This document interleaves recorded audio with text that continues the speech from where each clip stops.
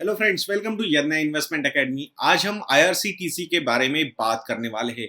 Last 2-3 दिनों से 5% का अपर सर्किट ये स्टॉक हिट कर रहा है। तो बहुत सारे लोगों में शायद फिर से वो एंथुजियाज्म आ गया होगा कि IRCTC is back on track और फिर ये ऊपर जाने वाला है। तो उससे पहले हम आप लोगों के साथ कुछ जो चीज़ें हमें सामने आई है वो बताना चाहेंगे कि यहाँ पे ये हो सकता है रिटेल इन्वेस्टर फिर से ट्रैप हो सकता है इस पर्टिकुलर काउंटर में, क्योंकि डेटा यही सजेस्ट कर रहा है। क्योंकि अगर 1350 रुपए तक 1350 के ऊपर ये स्टॉक वापस आ चुका है, 77-78 के प्राइस टू अर्निंग्स रेशियो पे ये कंपनी अभी ट्रेड हो रही है। अगर हम लास्ट 12 मंथ्स के प्रॉफिट्स देखेंगे तो 21,000-22,000 करोड़ तक का मार्केट वैल्यूएशन वापस आ चुका है कंपनी के पास। We understand this particular company is having very strong return on equity and return on capital employed numbers, which are 27.30% ROE number and 43.4% ROCE numbers. Company पे कोई डेट नहीं है और प्रमोटर का जो होल्डिंग है वो 87.4% का है। तो यहाँ जहाँ आप लोगों को बताया सेबी के जो मैंडेट है, लिस्टिंग के 3 साल बाद कंपनी के प्रमोटर्स को अपना स्टेक 75% तक लेके जाना होगा, तो डेफिनेटली प्रमोटर की तरफ से और एक सेलिंग का एंगल ओपन अप हो सकता है। फिर वो भारत ईटीएफ्स के थ्रू आएगा या फिर सीपीएससी ईटीएफ के थ्रू आएगा।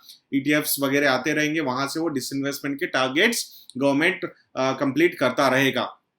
तो यहाँ पे सबसे बड़ा प्रॉब्लम हमें क्या नजर आता है इस पर्टिकुलर कंपनी में? 4 मेन काउंटर्स है इस कंपनी के जो सेगमेंट से जो कंट्रीब्यूट करते हैं। एक है टिकटिंग रेवेन्यू, दूसरा है केटरिंग का जो बिजनेस है इनका, जब ओवरऑल ट्रेन्स चलते हैं तो वहाँ पे जो प्रोवाइड करते हैं खाना वगैरह।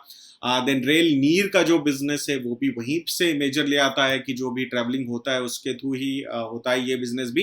And last is the tourism. So ये चारों सेगमेंट्स बहुत ज्यादा इम्पैक्ट हुए हैं, एग्रेसिवली इम्पैक्ट हुए हैं बिकॉज ऑफ दिस लॉकडाउन। अच्छा, लॉकडाउन अगर ओपन भी हुआ तो इमीडिएटली ट्रैवलिंग होगा क्या?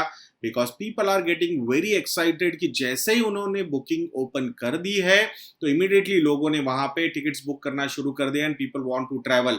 सो ये वो लोग हैं जो अटके हुए थे। दैट पर्टिकुलर फियर साइकोस is playing on. Once they get back to their villages और सिटीज, वो फिर से ट्रैवल नहीं करने वाले इन शॉर्ट ड्यूरेशन। तो ये फेनोमेना बहुत ही टेम्पररी हो सकता है। तो इसके लिए 5-5, 10-10% के सर्किट लगने चाहिए क्या 2-2 दिन में? तो we do not feel that is going to be a right thing. But यहाँ ऐसे जब सिचुएशंस रेज होते हैं तो अच्छा खासा ट्रैप बन जाता है रिटेल इन्वेस्टर्स के लिए। अभी ये नंबर्स कहाँ से दर्शा रहे ये हम आप लोगों को बताएंगे। तो हमने जो डेटा निकाला है शेयर होल्डिंग का, सो दिसंबर 2019 में रिजल्ट्स आए हैं, मार्च 2020 के अभी तक रिजल्ट्स आए नहीं है, बट शेयर होल्डिंग पैटर्न क्या है ये डिक्लेयर हो चुका है। तो उसमें कुछ बहुत ही खराब नंबर्स हमारे सामने आए हैं ऐसा हमें लगता है। पहला नंबर वो है फॉरेन इंस्टीट्यूशनल इन्वेस्टर्स का जो होल्डिंग था, वो दिसंबर 2019 का जो क्वार्टर एंड हुआ था उस वक्त 1.99% का था।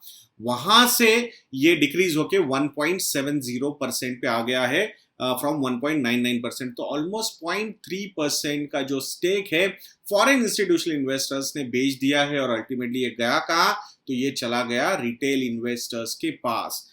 दिसंबर 2019 में डोमेस्टिक इंस्टीट्यूशनल इन्वेस्टर्स, जहां पे मेजरली आपके mutual funds and insurance companies आते हैं, उन दोनों का मिला के जो स्टेक था डोमेस्टिक इंस्टीट्यूशनल इन्वेस्टर्स का, दैट वाज अराउंड 5.11%। 5.11%। नाउ मार्च 2020 के जो शेयर होल्डिंग पैटर्न सामने आए हैं आईआरसीटीसी के लिए, so that number has gone down to 2.30%, यानी 2.81% से इन्होंने अपनी होल्डिंग कम की है।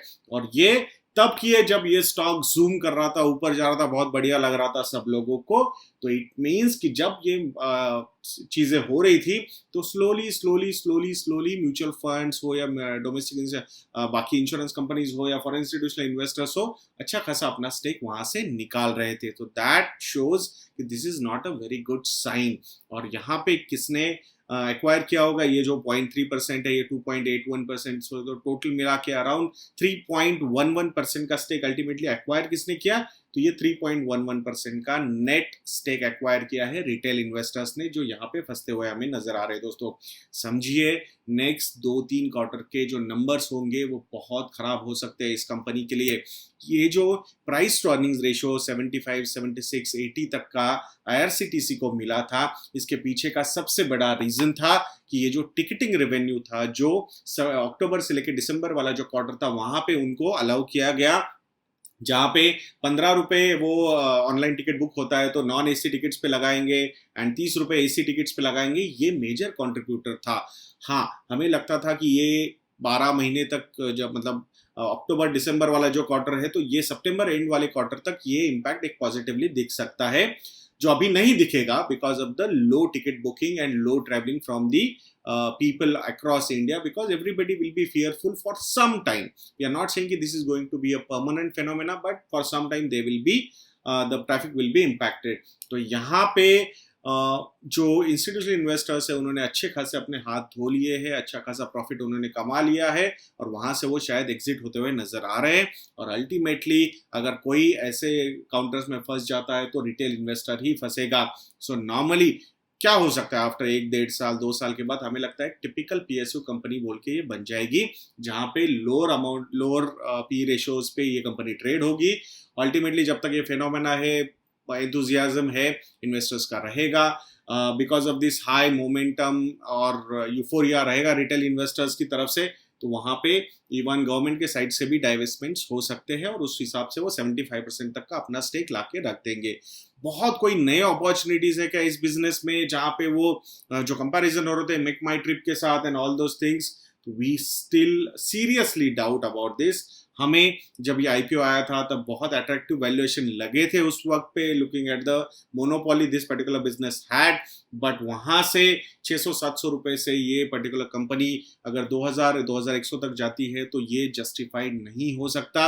ये केवल लो वॉल्यूम्स थे, लो वॉल्यूम्स, फ्री फ्लोट बहुत कम है कंपनी का, इसकी वजह से ये स्टॉक ऊपर गया था। ऐसा हमारा अभी भी स्ट्रॉन्ग मतलब ओपिनियन रहेगा। बाकी आप लोग आपके एडवाइजर्स को पूछ के इन्वेस्टमेंट कॉल ले सकते हो, but we still feel this particular counter is an over valued counter which is trading more than 75 times of their trailing 12 month earning. यहाँ पे ये एक वाइज डिसीजन शायद नहीं होगा। डाउनसाइड रिस्क अभी भी बहुत ज्यादा पॉसिबल है इस पर्टिकुलर काउंटर में, that's what we strongly feel. बाकी नंबर्स जब आएंगे तो हम आपको बताएंगे, बट नंबर्स में हमें ईयर ऑन ईयर ग्रोथ में मिसगाइड नहीं होना है। लास्ट ईयर सेम क्वार्टर्स में they were not able to charge those convenience fee of not AC tickets and AC tickets के लिए जो 15 और 30 रुपए का है, तो वो उन्होंने चार्ज करना लास्ट टू लास्ट क्वार्टर में शुरू किया। इसीलिए सितंबर तक के जो क्वार्टर के रिजल्ट्स है, because of that additional revenue अच्छे दिख सकते हैं, बट लॉन्ग टर्म के हिसाब से we still feel this is an over valued counter. तो आपने आपके एडवाइजर को पूछ के ही वो डिसीजंस लेने चाहिए दोस्तों। और अगर अभी तक आपने हमारे मॉडल पोर्टफोलियोज को ट्राई नहीं किया है तो do visit our website investornet.in, stay home ये कूपन कोड यूज करके you can get 10 to 25% off the discount on our research products. Even our advisory services are also listed on our website investornet.in. तो वहां पे ये coupon code use करके you can get good discounts. अगर इसके related कुछ queries है, हमारे कॉन्टैक्ट डिटेल्स हमारी वेबसाइट पे अवेलेबल है, हमें कॉल कीजिए या ईमेल लिखिए, will be more than happy to help you, guide you on those things. तो ऐसे वीडियोस के लिए हमारा चैनल देखते रहिए दोस्तों, और नेक्स्ट वीडियो तक के लिए मुझे आज्ञा दीजिए। जय हिंद।